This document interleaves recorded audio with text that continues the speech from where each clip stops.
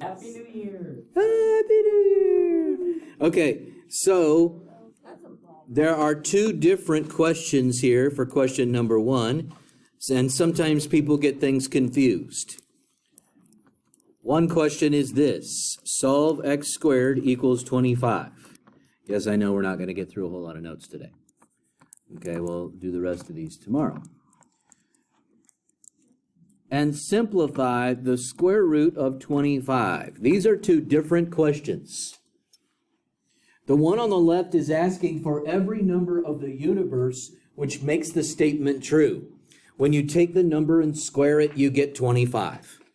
The one on the right is just asking for the positive square root of 25. So what is the answer to this one on the right? The answer to that one is 5. 7-1, period 5. 7-1, period 5. Now, what does the graph of y equals x squared look like? We studied it last semester. Y equals x squared. What does y equals x squared look like? Ah, parabola. Okay, not sure what you just said, but it is a parabola. Okay. Maybe it's a parabola after you've gotten Novocaine at the dentist. Okay? Oh, yeah? Yes, if you're taking out your wisdom teeth, that would work. Okay, so y equals 25. How many times does the horizontal line y equals 25 cross the parabola y equals x squared? Twice, right? You can see two different intersection points. In other words, there's going to be a positive answer and a negative answer. The picture shows me that. That has a minimum. So when I take the square root, that's true, there is a relative minimum on that shape. When I take the square root, what are the two possible answers to the question? 5 and negative 5. Sometimes we say plus and minus 5. So question number 1, do you think that is a simplify question, or do you think it's a solve question? Find all the square roots of 25. It is a solve question. It is not simply a simplify question. I don't like the way they worded it. I would rather say solve x squared equals 25. The algebra would be easy. Take the square root of both sides. What you would have to remember is that you have a plus and a minus answer. A plus and a minus answer. We won't be able to get into part 2 until tomorrow. Okay, moving on. We got question 1 finished. I will, on the test, make sure it says solve x squared equals 25. So that you know that it's a solving situation.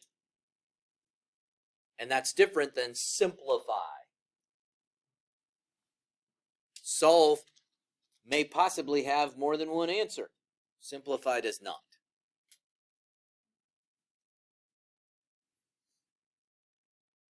On question 2 here, do you realize that x squared is a perfect square, and x to the 4th is a perfect square, and x to the 6th is a perfect square, and x to the 8th is a perfect square, and x to the 10th is a perfect square? These are all perfect squares.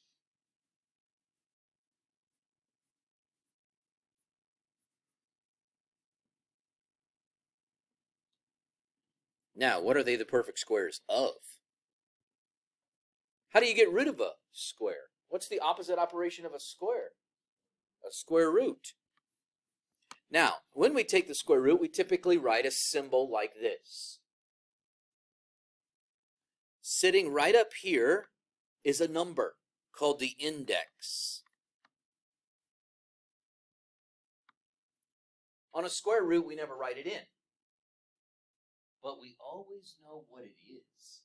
Do you know what number is sitting there for the index of a square root? Nope, good try. A lot of times, like when we just give you plain old x and we ask you what's the exponent, we know that the exponent is 1, right? And we might ask you what the coefficient of x is, and we know that the coefficient is 1. That's not true for a square root. It's actually a 2. Well, here's why it should make sense to you, because we want to know something times itself that gives me x squared. In other words, we're basically looking to split the perfect square kind of in half almost, but in terms of multiplication. In other words, how many times does the index divide into the exponent? How many times does 2 go into 2? Once. So when we simplify it, it simplifies to x to the first. Now, I do understand most of the time we would just write plain old x. But 2 goes into 2 one time. Okay. What if we take the square root of x to the fourth? Remember, there's a 2 on the outside. How many times does 2 go into 4? Twice, right? So we get x squared. 2 goes into 4 twice. How about when we take the square root of x to the sixth? 2 goes into 6 how many times? 3. When we take the square root of x to the 8th, what do we get? X to the 4th. And the square root of x to the 10th, we get x to the 5th. Each time we're just taking the index and dividing it into the exponent. Now, this particular problem can be split up into 2 parts. One of the rules that we taught you back in Algebra 1 was that you could take the radical, the product of, the radical of a product, and split it up into the product of radicals. That should definitely be a t-shirt right there.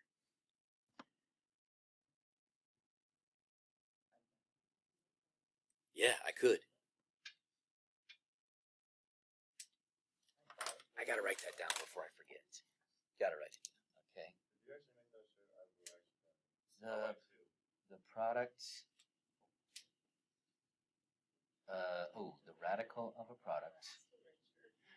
Radical of a product is equals the product.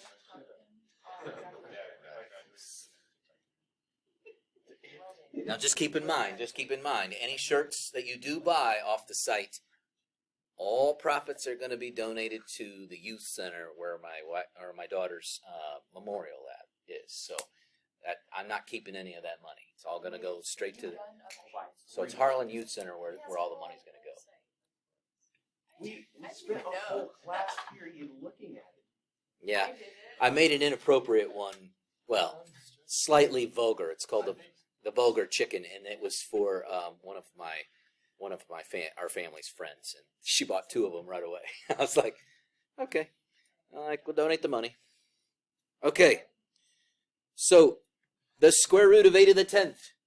The square root of 8 to the 10th would simplify to what? 8 to the 5th.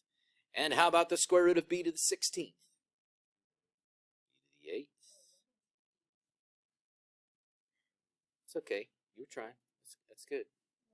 Sometimes we do well, other times not. But a to the 5th, b to the 8th is the final answer to that question, and it really isn't that hard, right?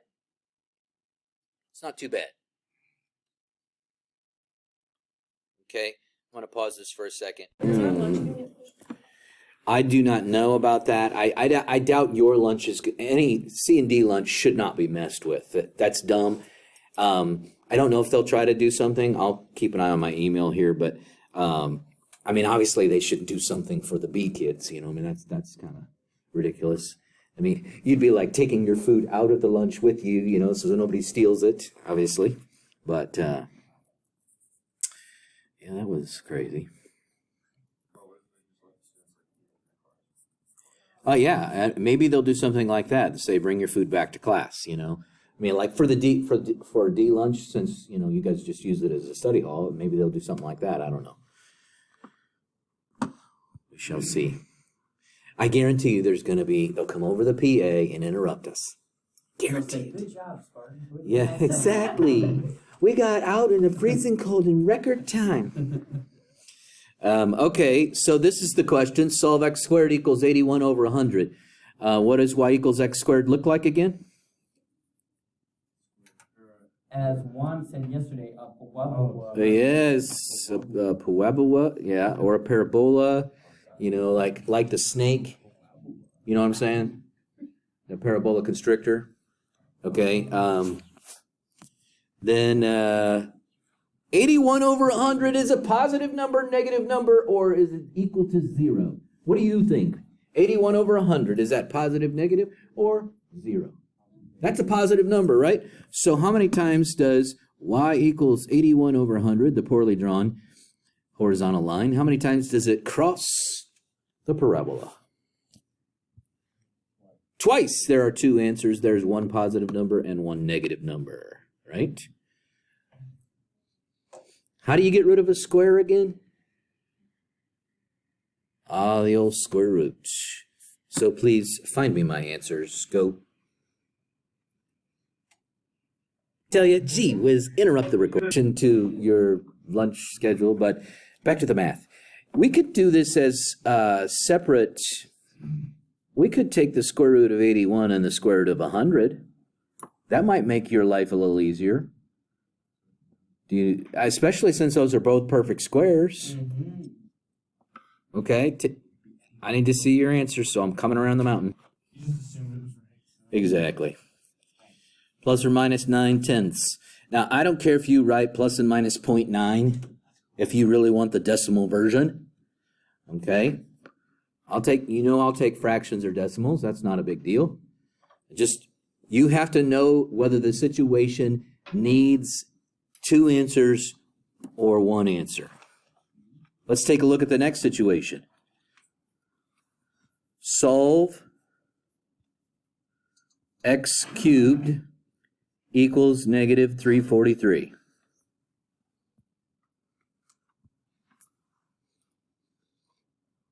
Well, let's think about what y equals x cubed looks like. We'll try to do this quickly since we ran out of time because of the bar drill. Oh yeah, that's true. That's true. They could make us wait for hours. What is that from? What is that from? Polar Express. No, was it? No. Yes, no. It's when it was Polar Express when they came across the caribou, because he's like, it could take hours, because they had to get through the caribou. Okay, never mind. Sorry, we just watched that movie. I love both. Oh yeah, I we watch it every Christmas. I do. Yeah, we do too. We just were a little late this year. Okay, so the leading coefficient is a positive 1. The leading coefficient is a positive 1. Does that mean that the right end behavior is up or down? Is the right end behavior up or down based on the leading coefficient being a positive 1? That is up, correct? Yes. You have an odd degree. Odd degree, it's a 3, right? Does that mean that the left is the same or opposite? Same or opposite? Opposite. It is opposite. So the right end behavior is up, the left end behavior is down. Okay, that's stuff we talked about last semester. Okay, but it's just a refresher. Right end behavior up, left end behavior down. Okay, that's from that odd degree. In fact, the picture looks something like this. Negative 343 is somewhere down here, right? How many times does the horizontal line cross y equals x cubed? One time. There will be only one answer to this question. The picture shows you there's only going to be one answer. Okay, let me ask you another question. If this line were up here, how many answers would there be? One. Right? You can see it would cross one time right here. If this line were right on the x-axis at y equals 0, how many solutions would there be? One. So you're telling me that there'd be one answer all the time, no matter whether you were talking positive, negative, 0? That's true, folks. The picture shows you that. This is why I need you to understand what the picture looks like so you can easily make a decision on that. Now, how do you get rid of a cube, a third power? Yes, and check. Take that out of here. That's ridiculous. That's what the sub said last time. That is what he said. He said, it's okay. It's okay. That's the best we got. We got Oh. it, guess we said. I'm gonna throw bows at that, man. Okay, how do you get rid? What's the opposite of raising something to the third power? Don't say third square root. Cube root. If you say third square root at a party, they kick you out, but we do want cube root. A cube root is meaning I'm looking for a number times itself to the third power that gets me negative 343. Well, for instance, these numbers that I'm writing down are called perfect squares, right? Because 2 times 2, 3 times 3, 4 times 4. But 2 times 2 times 2 is 8. 3 times 3 times 3 is 27. 4 times 4 times 4 is 64. These are perfect cubes. Right, but like if you just draw this square root thing. Okay, I know you're squinting, so maybe I need to zoom in. The index is a 3. The symbol, I understand what you're getting at. Once I saw you squinting, I was like, he just can't see it. I'll just make it larger. Now, I need you to be able to use your technology right now and be able to find a cube root. For some of you, like if you have the standard scientific calculator, you might have to type 3, then find the xth root button. Now, for those of you with the scientific calculator, typically it is above the caret or the y to the x button. So a lot of these Texas Instruments scientific ones, it's above the caret. But you would type a 3, then you would hit that xth root button, and then you could type in, then type negative 343. Okay, now if you have, just try one of these, or each time? That's kind of weird. Hold on, I'll come over and look at it. If you have a graphing calculator, anybody have a graphing calculator? Okay, you got a scientific one just like his. You're fine, you're fine. Anybody got a grapher? I just want to make sure I type those instructions out if you need them. But the Desmos.com one is pretty easy because it has an nth root button. And so if you use the Desmos.com/scientific calculator, which I'll let you use during the test, then you can just hit that nth root button. Okay? Who was it that I needed to come help? Okay, yes.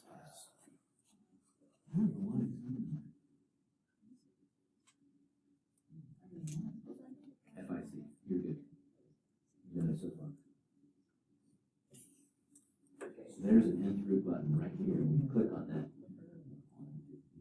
then you have two little things. You put your 3 up there, and your negative 343 in there.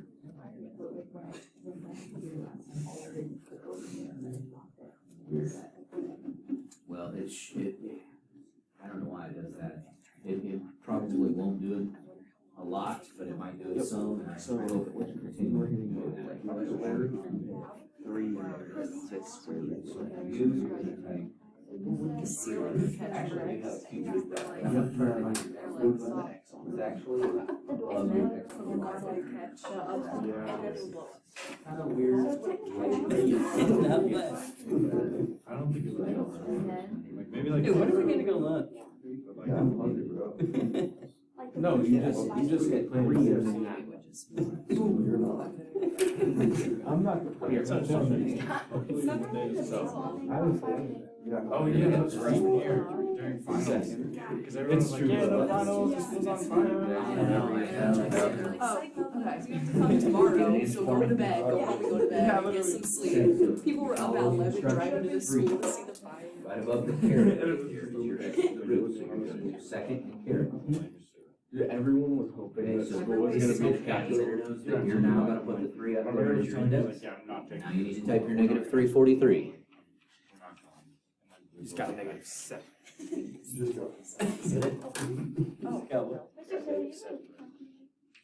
I do somewhere here. But it is a graph first, so you'll have to type in 3.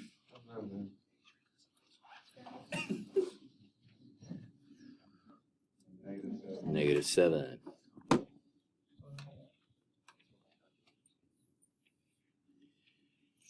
So we didn't have to worry about any kind of plus and minus because our picture shows us that there will be only one answer. It also shows us that the answer has to be a negative number.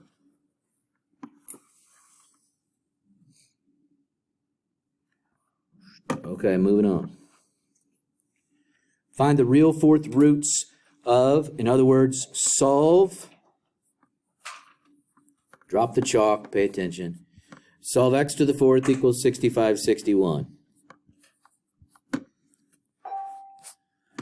Oh, no, pardon for the end of the day interruption. Oh, See lunch, you can come on down. ah, bummer. They just lunch, ruined we'll this. Wait to dismiss until we let you go over the PA. All right, so obviously I worked this question out and forgot to record it the first time. We had a solve question. X to the fourth equals 65, 61. We had to take the fourth root of both sides. But I drew the picture of y equals x to the fourth. We talked in class about how because the positive 1 leading coefficient told you that the right end behavior was up, and the even degree told you the left end behavior was the same as the right. So they were both up. And then I asked everybody if they thought it looked more like a parabola or is it going to look like the cubic function. And they said parabola. So I showed them that the basic shape is the same, but it does have sharper corners and it does have steeper sides. But yes, it is basically the similar type of shape. Well, y equals 65, 61. That's a horizontal line that's above the x-axis, right? Because 65, 61 is a positive number. So it's going to cross the graph twice. That means there are going to be two answers, and that's why I wrote this down. Two solutions since y equals 65, 61 crosses the graph twice. And yes, I'm going to take the fourth root of 65, 61 on my calculator. Calculator will tell me 9, but the graph tells me there's two answers, so I knew I had to have plus and minus 9. Okay, and I think that's all for this particular, yep, that's it for that one. Then I had two simplify questions. Simplify the square root of 0.16. We know that that is just asking for the positive square root. I'm typing it on my calculator. I get 0.4, which is bigger than 0.16. And that's unusual, but that's because it's between 0 and 1. Most of the time when we're taking the square roots of a number larger than 1, I should say all the time when you're taking the square root of something larger than 1, it gets smaller. But when you're dealing with fractions and decimals, it gets bigger. Yeah, kind of weird stuff that happens between 0 and 1. And then I think you'll see in the next example we were doing a simplifying with perfect cubes, and you can take the cube root of negative 216 and get negative 6. Okay, on we go to the next question. You might see question 7 again, slightly. Bye. All right, so we had a simplified question. We took the cube root on our magical machine, and we got negative 6. Does anybody have any troubles on their technology, on your calculator, finding cube roots? I want to make sure everybody knows how to find cube roots, fourth roots. If you don't, then this would be a great time to ask me. Make sure you have it written in your notes, how to find cube roots, so you're not having to ask me during a test. I know. Write down, you know, what you have to do. Ooh, yeah, okay, moving on. Go to question 9 first. We're going to skip question 8 for the meanwhile, and we'll come back to it. Question 9. This is a solve question, right? This is not a simplify question. What are you going to do to both sides? This is a square root, right? And what do we get for our answers? 4 and negative 4, yep. 140. Don't listen to that kid.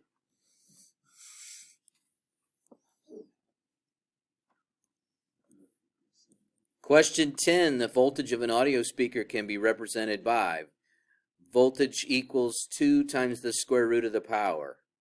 P is the power of the speaker. An engineer wants to design a speaker with 360 watts of power. What will the voltage be? Where are you going to put the 361? In the P, go. Find me the voltage. Find me the voltage. Nice job. Hey, it's awesome. Yes. So it's always has to be. Otherwise, it might not make sense to you later when you have to do a question like this. It does for me, but that's because I'm working.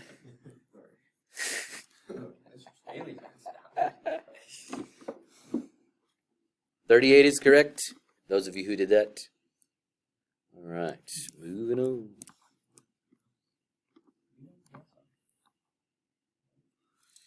Help me out here. I'm going to write out a list of perfect cubes. Perfect cubes. Not perfect squares, but perfect cubes. For instance, what is 2 to the third? That's 2 times 2 times 2. 8. 8. Right?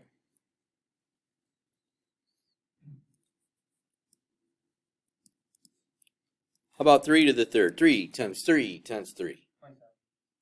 Okay, that kid can stop because somebody else needs to take over. 4 to the third. 4 times 4 times 4. Mr. Prophet. It's bigger than 16, I'll give you that. Because 4 squared would be 16. I just need to take that times 4. Is that right? What do you say? Is that right? That's true. Okay, so I want Miss McCoy to figure out 5 to the third.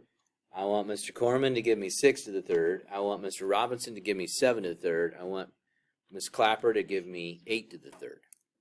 So, figure out the one I gave you, and we'll get it written down.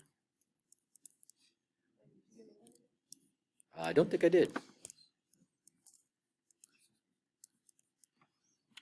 Miss McCoy, did you get 5 to the third? 125. Mr. Corman? 216. Mr. Robinson? And Miss Clapper? 512. Do you notice in this question that 216 and 512 happen to be perfect cubes?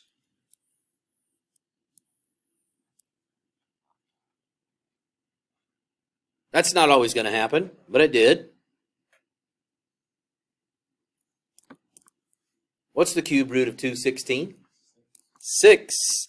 And the cube root of 512? 8. And that reduces to 3/4.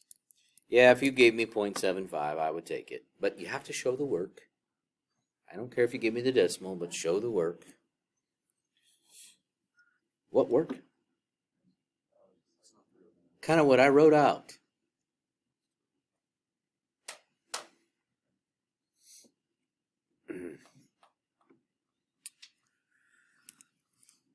Is question 12 about cube roots or square roots? Is question 12 about cube roots or square roots? Square roots. So I can't use those perfect cubes. I need to be thinking about perfect squares.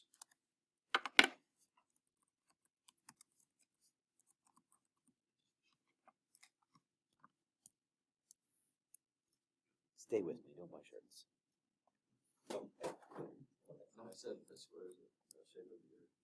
Oh, okay. Interesting. Okay.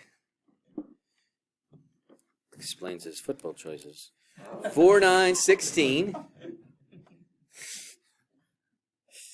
25, you know, the basic stuff, the 36, the 49, 64, 81, you know, all these cool numbers. When you multiply 5 and 7 together, that creates one single radical of what number? 35. What's the largest number in the list of perfect squares which goes into 35? What's the largest? Now, it has to go in evenly. I mean, we know that 35 is not one of these perfect squares, right? That's true, Mr. Corn. None of these numbers go into 35. I can't simplify this, folks. That's the answer. That's it. I can't simplify it. There's no perfect squares that go into. Since there are no perfect squares that go into 35, it is as simple as it is ever going to be. Unless, of course, you typed it on a calculator and gave me some nasty decimal, and I don't need that. 5.92, actually. 5.9. Oh, When you're around. you irrational people. Wait, so then isn't it just 6? No, it is not. It is not 6. Seriously. 5.9 rounded up. Okay, you better get a good, accountant.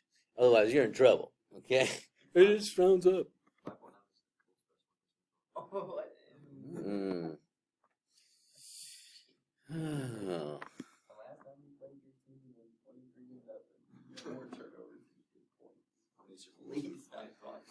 Okay, we're going to come back to question 13 here in a second. Simplify the expression. Radical 63. Radical 63. Now, that's not a perfect square, is it? No. But there is a perfect square trapped inside of it. 4, 9, 16, 25. What's the largest number in this list which goes into 63 evenly? 9, isn't it? How many times does it go in? 7. It's okay.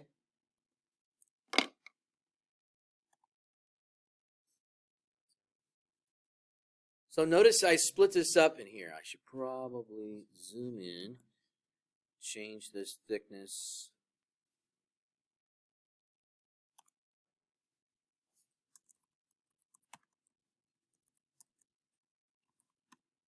I split this into 2 pieces.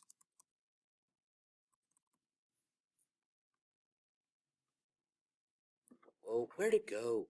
Seriously, why is it doing that? It does.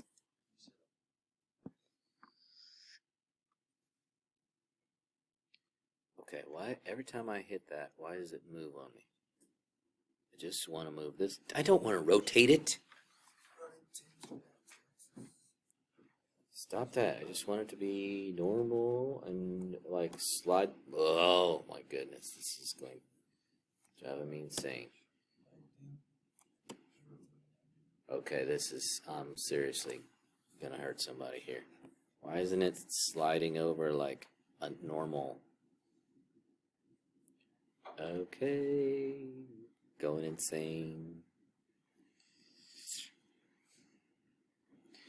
Okay, Go Formative is having a problem right now. I can tell. This is not normal. Stop. What is that dude? What's his problem? Okay, it's not letting me slide that over. My goal was just to put it over the square root of 9. We put the perfect squares inside the radical on the left. We put the leftovers in the radical on the right. Folks, I like to think of a radical. I'll give you an example here. This is kind of a weird example, but you know I'm a weird guy. Prison. Okay? A radical is like prison. Okay? Now the leftover is like the inmate.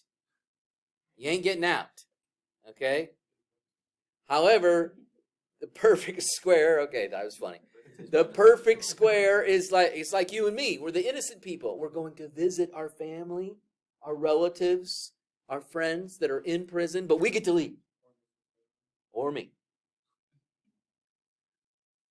You can't keep a perfect square trapped inside of a radical. What is the square root of 9? So my final answer to this question is 3 radical 7.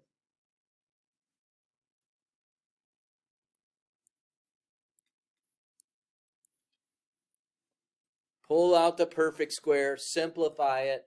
Whatever's left over is trapped inside. You can't get it out. That's what they mean by simplify the radical. Okay.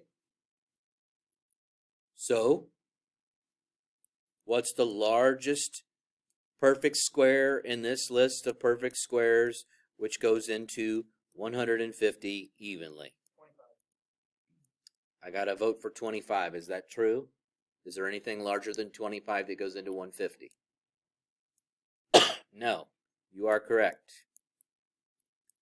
How many times does 25 go into 150? Write down your final answer. Show me what you got.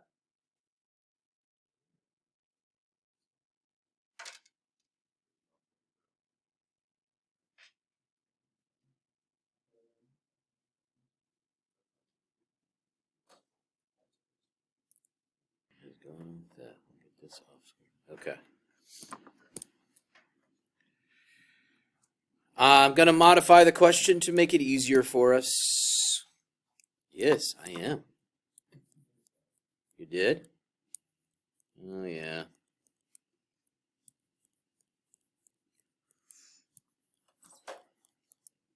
I changed them from 6th roots to what? Square roots.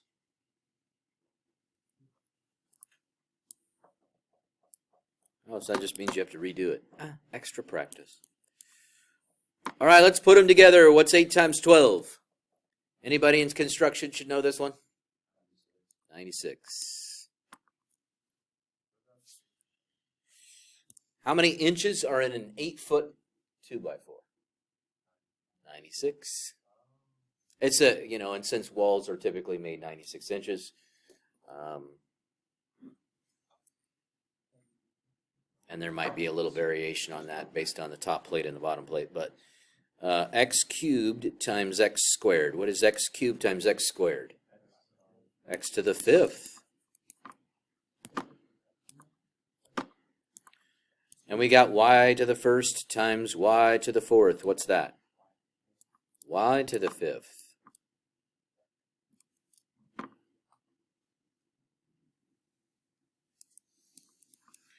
We want to break this up into perfect squares and leftovers. Think about your list of perfect squares. What's the largest thing in this list of perfect squares which goes into 96 evenly? Evenly. 16. 16. How many times? Okay. Back on the first slide of this set of notes, I wrote out some perfect squares for you of x's. Things like x squared, x to the 4th, x to the 6th, x to the 8th, x to the 10th, x to the 12th. These are all perfect squares for x's. What's the largest one of those that goes into x to the 5th? What's the largest one of those that goes into x to the 5th?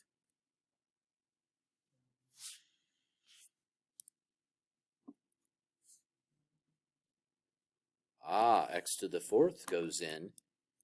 But how many x's would be left over? One leftover x. Yeah, there's always one. What about the y's? Yeah, going to be y to the fourth with one y left over. So the only thing you have to do right now is simplify this part because those are perfect squares. And everybody in the room should have 6xy under the radical in their final answer. We just got to figure out what goes in front. Figure out what goes in front. You could think of this as the square root of 16, the square root of x to the fourth, and the square root of y to the fourth. You can simplify each one of those pieces if that helps you.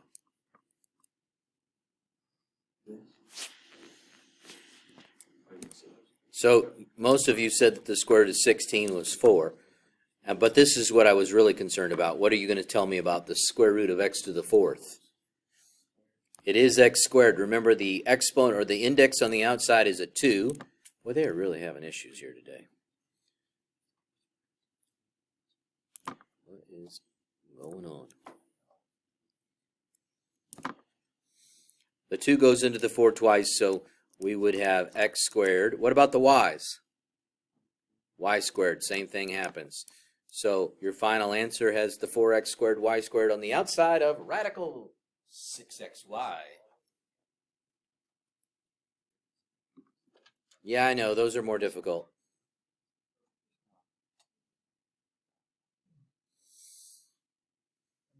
All right, moving on to the next one. Yeah, these are easier than that one. We're looking at our list, 4, 9, 16, 25, because these are perfect squares, right? Okay, what's the largest one in this list that goes into 32? Whoa. 16. I'm telling you, they are having some issues today.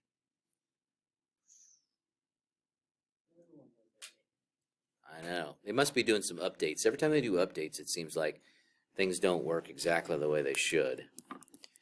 So 16 goes in how many times? Twice. Remember, the index on the outside is a 2. What's the exponent on the x underneath the radical? It's a 1, isn't it? Dang it. They are messing me up.